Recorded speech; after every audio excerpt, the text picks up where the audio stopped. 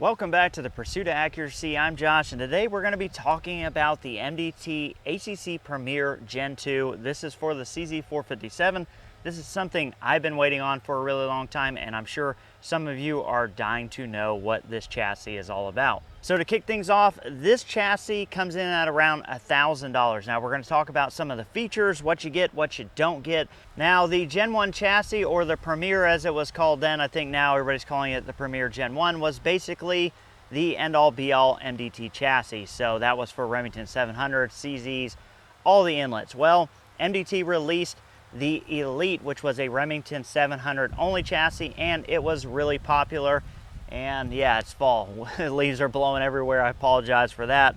But that chassis was really popular because they made the fore end a little bit more rigid by adding more material, made it thicker, made accessories top mount instead of wrapping around. All those things were a lot more popular. So MDT saw that popularity, and I can only guess that they decided to, hey, let's release an affordable version of this, because that Elite chassis is $1,500, $1,600. So what we end up with is a fore end that resembles the ACC Elite, that being more robust, a little bit thicker. It has drilled and tapped holes for all the control bridges, all the new things that work for the ACC Elite, but we get a stripped down version of it to lower the price point. So what are the main differences that we're going to see between this and the Elite? Well, it's pretty simple. You're getting a shorter fore end. The new fore end on this is only 15 inches long. Personally, I think they should have left it longer. I think that the market, even for CZ457s, is using longer barrels these days. So I don't really see the benefit of that. I wish they would have kept it longer, but it does seem to be a good balancing chassis, even with the shorter fore end. So the other things you're gonna notice that are gonna be different are the adjustable cheek riser and the length of pull. These are no longer adjustable on the fly like you would get with the Elite. This is the light version of the buttstock, so it's a little stripped down. You're getting spacers for length of pull, and basically you need an Allen key to adjust anything. I don't think that that's a huge deal. Now, for CZ457 owners, there is one huge pro to this, and that is they have opened up the inletting for the Magwell. As you can see here, I'll get a close-up of it. There is a huge notch that is going to make this a lot easier to get magazines in and out of, because you can reach in from this area here to release or lock in mags, and this is something that I wish was basically on all 457 chassis. Another change that I kind of forgot to mention before we get in the shooting is the grip. This is the Premier grip. Obviously, you know, the Elite's going to come with the Elite grip, which I tend to like a little bit more than this, but this is very usable and still a very nice grip. And again, we're keeping the price point down to $1,000 from a $1,500 or $1,600 chassis. So you've got to lose something somewhere, and I don't think that you've lost anything that's really a big deal that you couldn't probably upgrade on your own if you wanted it. One other thing is you're going to notice this extension. This is an accessory that they sell. Because this fore end is shorter, this is a weight that you can put on the end of the fore end. I have one on here. Obviously, it's going to help balance it a little bit better with these smaller diameter barrels, and it does add a little bit of artificial length to your fore end if you're looking to gain some of that back. Alrighty, so Mother Nature got the best of us yesterday. It's not treating us that great today either, but one of the big things about the CZ457 chassis in particular is obviously the barricade stop with this relief cut in it, and that's going to make it a heck of a lot easier to get your mags in and out, just because it allows you to come from the forward. And if you guys have shot an ACC Premier Gen 1 or something similar, most all CZ chassis are going to be like that. This does make that easier. However, it's important to note, if you're a PRS or NRL 22 shooter, and you're looking for that because it's, you know, going to be easier during a stage, well, it's not actually going to be easier during a stage, and we'll showcase that on the bag on the prop there. But once your bag is here, basically it covers up this hole, so it's not that useful on a prop. But here on the bench, I mean, it is ridiculously easy. You have a ton of access to the magazine latch. But let's shoot. We're just going to shoot at 50.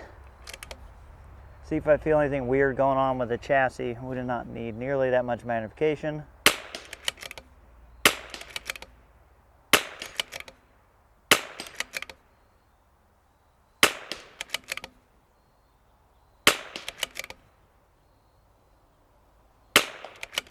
Missed that off the left, I think. Nope, off the right. There we go. But everything feels really good. Let's go back to that second smallest.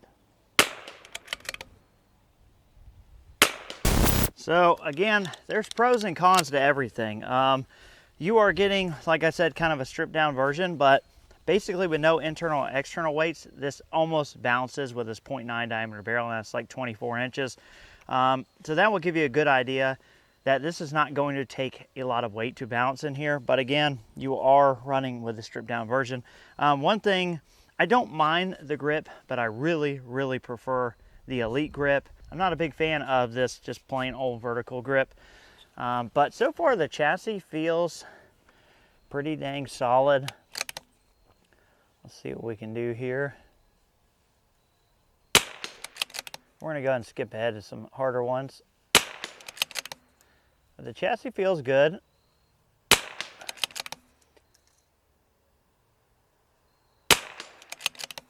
And this chassis to me would be kind of an ideal chassis if you're setting up for a youth shooter or someone who didn't want to run a ton of weight, because you could probably get this balanced in around 15 pounds, 16 pounds.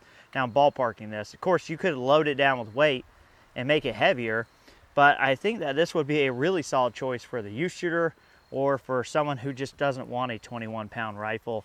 But so far, this feels pretty dang solid. Again, let's go back to this. If you were running a bag on a prop, you're not getting, and I'll try and angle this so you guys can see it, you're not getting any more room than you get on any other chassis. However, every other time you're getting more room. And honestly, this cutout here is something that I could probably do on my own to basically all my chassis. A really good idea. It's something you could do to the chassis you have. You know, if you have a way of refinishing it, this is not an overly complicated, you know, recess to do on your own. I'm sure you could figure that out. Let's run a couple more at 50. Missed off right there. There we go. Got that guy. Got him. Got him. Got him. Got him. Got him. Yeah, nothing crazy going on with the chassis. The action, everything feels just like it should, which basically just tells me that this is inletted fine. There's no problems, but I didn't expect to have any. Obviously, MDT has been doing this for a while. Let's shoot a couple more at 100 just because we're shooting. You'll see I'll have to kind of put this at a kind of downward angle to get it to balance and stay without falling off. Then we'll wrap it up. I'm going to talk again about the pros and cons, kind of the overall feeling on this. We're probably going to do that in the studio so I can get you some close-ups of all the parts and pieces of this chassis. So yeah, from this position, you know, it's going to be just as easy or difficult as it was with previous chassis to get in and out, but if you were to pull this off the bag, that becomes a much easier process. But let's stow this guy. We'll dial up.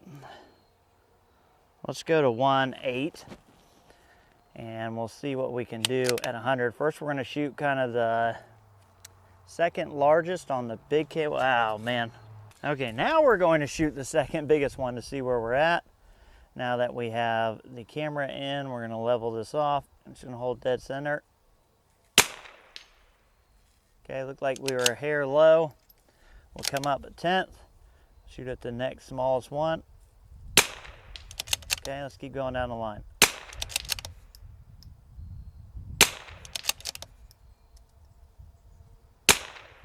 Barely nicked it. We'll take it going back to the small KWL biggest. Big gust of wind.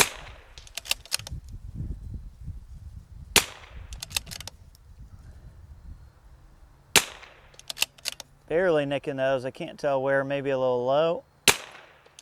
Oh, that was off left. There we go.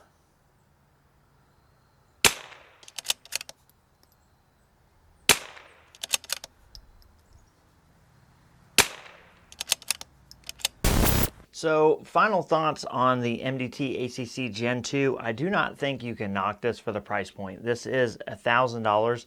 This is a step down in price and function from the Elite. Now, when I say functionally the chassis does everything that any other chassis would do, but you're losing some of the features, some of the things like length of pull adjustment that is done on the fly, cheek riser, cheek height kind of adjustments that's done on the fly, and some fore-end length.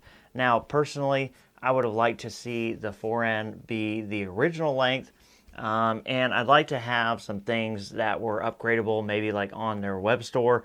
Like you could upgrade to an Elite grip, upgrade to get screws here, because you could replace these with their normal thumb screws. They have thumb screws, it's just set screws in here now. You could just put thumb screws in the place of these and get that adjustment back. Now, length of pull, you're either going to have to upgrade the whole buttstock, or maybe there are some parts and pieces, but for what it is, for $1,000, I don't think you can expect much more than this. So, of course, like anything, there's pros and cons, there's gives and takes. You're paying less money, you're getting less features, but looks to be really well thought out by MDT. Basically all the things you like about the Elite, all the things you liked about the Gen 1, and we've kind of stripped it down and made it a little bit more affordable. And overall, I think you're going to be happy if you end up with one of these. Now, I will do another video on this down the road once I've shot it a little bit more. I'm probably going to get my daughter shooting this rifle quite a bit once I get done testing some barrels. But as always, guys, I appreciate you watching. We'll catch you on the next one.